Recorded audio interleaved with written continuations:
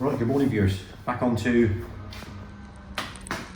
James's Mark 7 ST180. This is one we're doing quite a few mods on. It's, yeah, a lot of it's bolt on. I suppose even the Diff is bolt on to me, isn't it? We've got to strip the box down, but it's bolt on, isn't it? Yeah. Nevertheless, it's all the same, isn't it? So you can see, so Timmy's just taking a quick look underneath there, that. So everything's all stripped on the front end. The front bumper is off, that's down in the other workshop. Coolant's been drained out of it. Obviously gearbox oil, not the engine oil, because it's just recently had a service, so we don't need to worry about doing that. He's quite happy with that. We're not interfering with any of that. He'll put an oil cooler on it or anything like that. We're going to be changing the radiator, so we're going to be putting an AirTech radiator on it. That's what the customers asked for, no problem. So we'll pull the rest of the front end off it to do that, get the intercooler out of the way, and at least he's not had the car very long. At least we can inspect everything, make sure that we're happy with it. You generally find some bits and pieces as you're going along, which we can sort of like put right if need be. All right, so on the back end, we'll talk about the bench, what's on the bench in a minute. So on the back end, we're going to be dropping the axle down. But before we do that, he's got a conversion that he wants us to fit on the rear, which will be use ST170 rear discs. They're just a bit bigger, that's all. Retain the original caliper ST170 carriers. We've supplied some Brembo discs for it. High spec, one of our technical partners have grooved them, race grooved them. So we'll test fit one of them on one side, make sure it's all good. Then we can get the length of the hydraulic line, it's rubber there, we change to braided. We don't want to guess it. I think the standard length hose will be fine because we're using the same caliper, so none of that's going to be interfering with that. But obviously it's going to be moved a little bit because of the size of the disc. But I think it'll be fine. But we can measure it, and then if need be, we can make it longer. Get exact engineering. Another one of our technical partners to make the hoses. The front brakes, he supplied some 8-pot. No. I think about that's focus, isn't it? He supplied some AP. Starts similar, doesn't it? Very close. AP 4-pot calipers with 330, I don't know, 332, something like that. This for the front, which he bought used. They're all good. So need a little bit of touching up on the paint, which we'll do for him. So that's what's going on the front end while we're beefing up the rears a bit for him. As you can see, it says Molten on them, but they're actually IBAC, because it says IBAC as well. Look to me. Yeah. Yeah. So IBAC make them, apparently cut them in a different colour. Put a Molten badge on them, but effectively they're IBAC springs. So they're coming off with the standard shocks. He's bought himself some Bilstein coilovers. We'll fit them up for him as well. As you see, the front subframe's down there on the floor.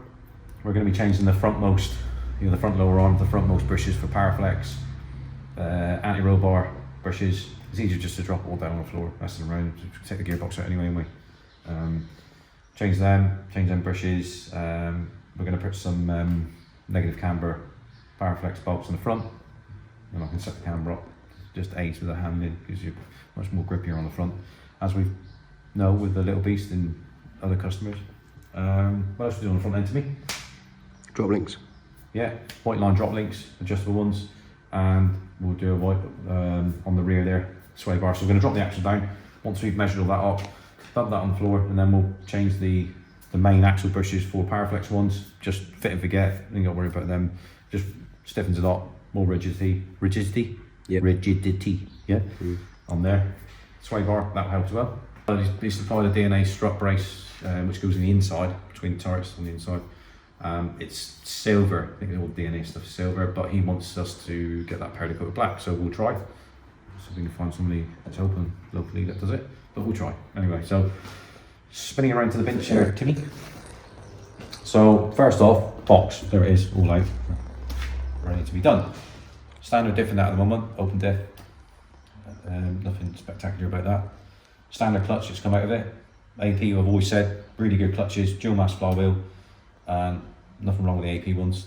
We ran it in the little beast with 300 plus horsepower and it's fine on it.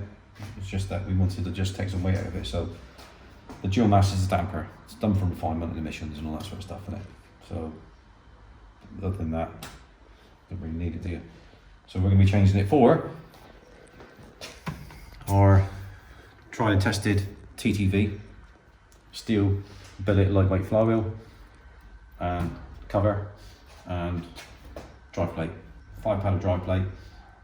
You've got a choice of organic material, which will look pretty much like that, but different material, or the ceramic metallic. Now, to be honest, there's not a lot of difference between them, to be honest, not in this particular application. Other cars maybe, but the pedal feel and the pickup and all that sort of stuff, you probably wouldn't feel the difference between an organic and a ceramic metallic. We tested them. Timmy's got it in his and it's fine. There's none of this like jolty pickup and all that sort of stuff and on off. It's really good to me, isn't it? Yeah. So, and that's going to be much more heavy duty than a sort of an organic version of that. Longevity, go for that, and it won't overheat. Well, the organic one probably would, but it's just, you know, it's just like pretty a bit more. It's over engineering it, I suppose, if you want to use that, but better to do that. So that'll be gone. We got new flywheel bolts. Obviously we changed them. It comes with a different cover bolts, obviously. So then we move on to the gearbox. So that'll be stripped. Again, it's the stuff that we've tested. I've asked questions about, what about this diff, what about that diff? I've not tested anything else, so I don't really know, I can't really comment. All I do know is that we tested the Kaaz plated diff. We all run them.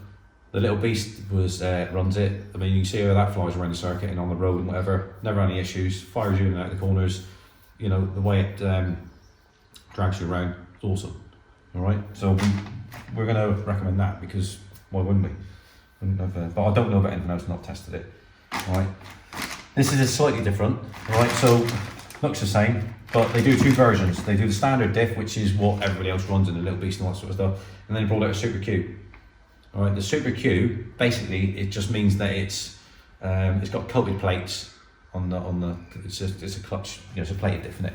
So on they're coated plates, and it's more refined. That's basically, it's not so rough, put it that way. We're not worried about that on the little beast and whatever, and these weren't available when we've done the anyway. So the fact is, it's just more of a refinement. So we've gone for that because he's going to be using this more so on the road. I don't think he's going to do track days with it. He's a Lotus guy, so he's got lots of Lotus cars that he does that for. This is just his pocket rocket for the road, as I think I mentioned before. So Super Q1, just more fine. Oil, always use the Kaaz recommended oil. Diff bearings, flywheel bolts, concentric slate, always change all that.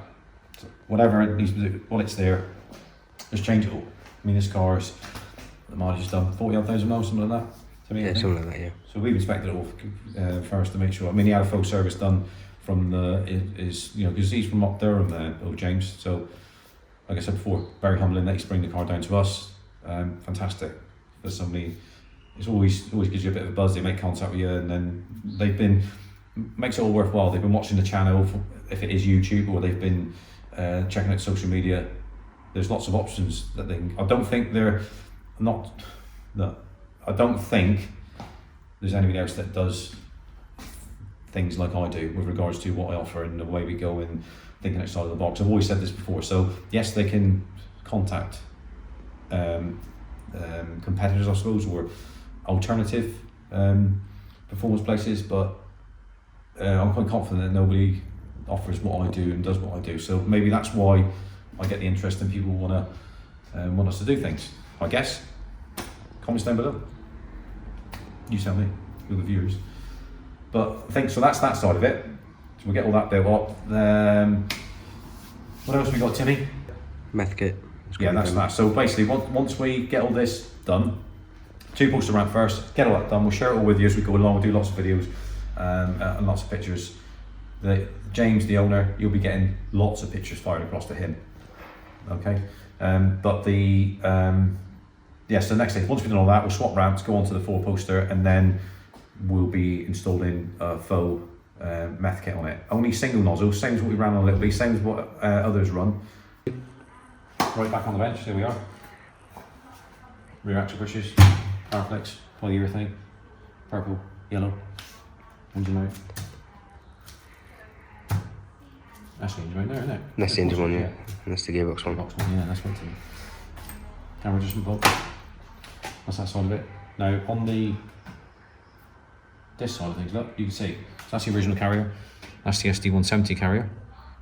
That's the difference in the disc. It's not massive amount, but that's what, every little bit helps, yeah. That's it. There we are.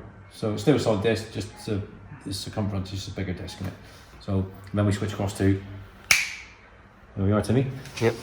Just dummy fitted one side.